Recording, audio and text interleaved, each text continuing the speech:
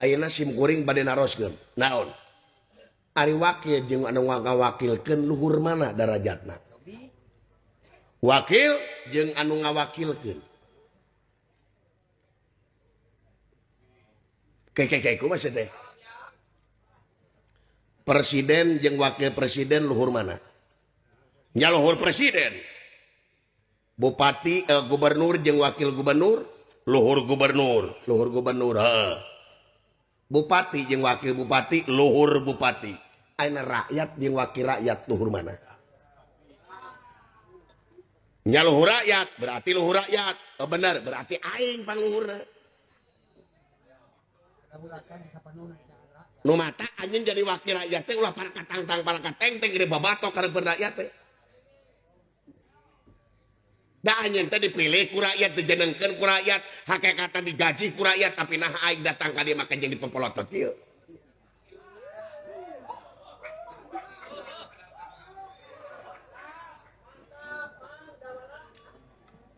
loba nu ngadukung sia euy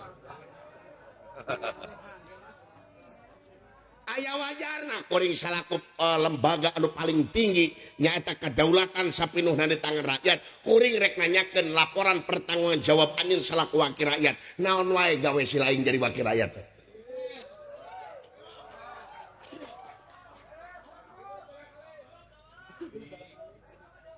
hah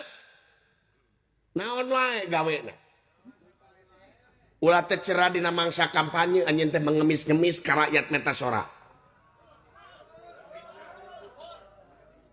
mengemis-kemis anjeun ayeuna hayang dipilih ku rakyat tapi anjeun geus gajedog jadi pamimpin jadi wakil rakyat kadang-kadang poho saka rakyatna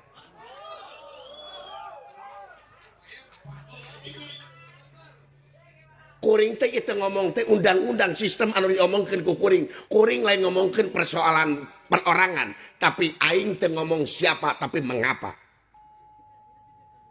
sanajan si dawala bodoh teu sakola tapi aing apa karena kode etik aing mau ngomongin sasa tapi aing ngomongin sistem ieu teh kumaha jadi wakil rakyat teh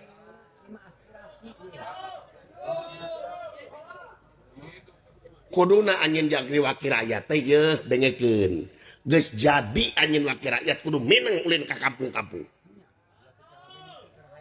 ulah cara mimiti keur hayangna ulin ka kampung-kampung aing geus ngajedog ka jeung ucang angin dina kursi tuh lain cek aing tutup cuna lajo tuh salah sahiji aspirasi ti masyarakat berarti masih kena aya kebohongan anjeun kebohongan publik ya penyir goblok euy wanian jauh maneh umaha mun kasinggung nepi ka TBC lain urusan aing ya kuduna anjeun teh nguriling ka tepi wiring anyar cerang ka pedesaan kumaha nasibna masyarakat bisi aya masyarakat anu teu dahar bisi aya masyarakat anu gering anu hese asup ka rumah sakit bisi aya masyarakat anu teu boga sumur bisi aya masyarakat anu teu boga pacul bisi masyarakat anu hese nyakolakeun budakna gara-gara biaya sakola apung-apungan tak ieu bagian maneh salaku wakil rakyat pengabdian teh sok pengabdian teh buktikeun ka rakyat ayeuna geus jadi wakil rakyat ya sanajan anjeun dipilih tina partai A partai B partai C para A para B para C geus jadi wakil rakyat di luhur coplokeun baju partai pengabdian ka rakyat kabeh sabab cing inget suara rakyat kadang-kadang jadi suara Tuhan bodak kekuatan naon maneh ka rakyat di mana-mana rakyat geus kahiji kabeh ditungtung kulon nepi ka tungtung wetan ditungtung kidul nepi ka tungtung kaler lamun rakyat geus kahiji boga kekuatan naon sia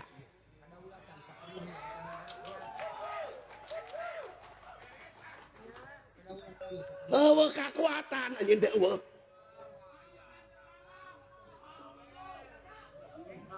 so kuring maka dia teh minta laporan pertanggungjawaban anjeun salaku wakil masyarakat dunya salaku wakil rakyat anu ngawakilan aing ulah disebut ieu abong teh disebut wakil sia teh beungharna diwakilan ku sia mobilna diwakilan ku sia ai rakyat gege curug we hayo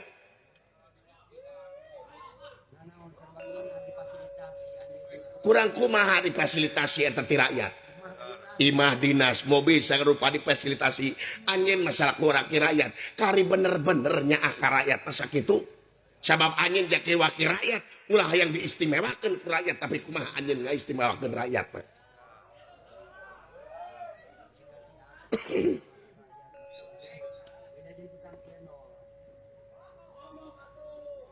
iya sidawala lain rekulin kadir tapi rek ngawiwirang para dewa ngalunturkeun wibawa jeung komara dewa tuh aya dikitukeun nyeri we hate teu narima da kuring mah ngomong kieu teh berdasarkan data-data yang otentik berdasarkan kenyataan berdasarkan realita jeung dilindungi ku undang-undang bebas mengeluarkan pendapat di muka umum sapanjang teu ngarugikeun negara jeung bangsa ya kuring teh sakalu rakyat demo batur ngarusak naon melemban atau ngarusak naon aing mah ngomong ngungkul aing merek nanyakeun bertanggung jawab nah nepi ka mana nya maka rakyat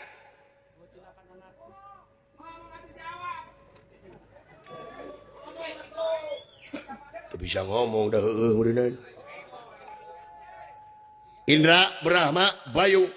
wa Yesidawala lain antepen paehan. Tuh, paehan umat.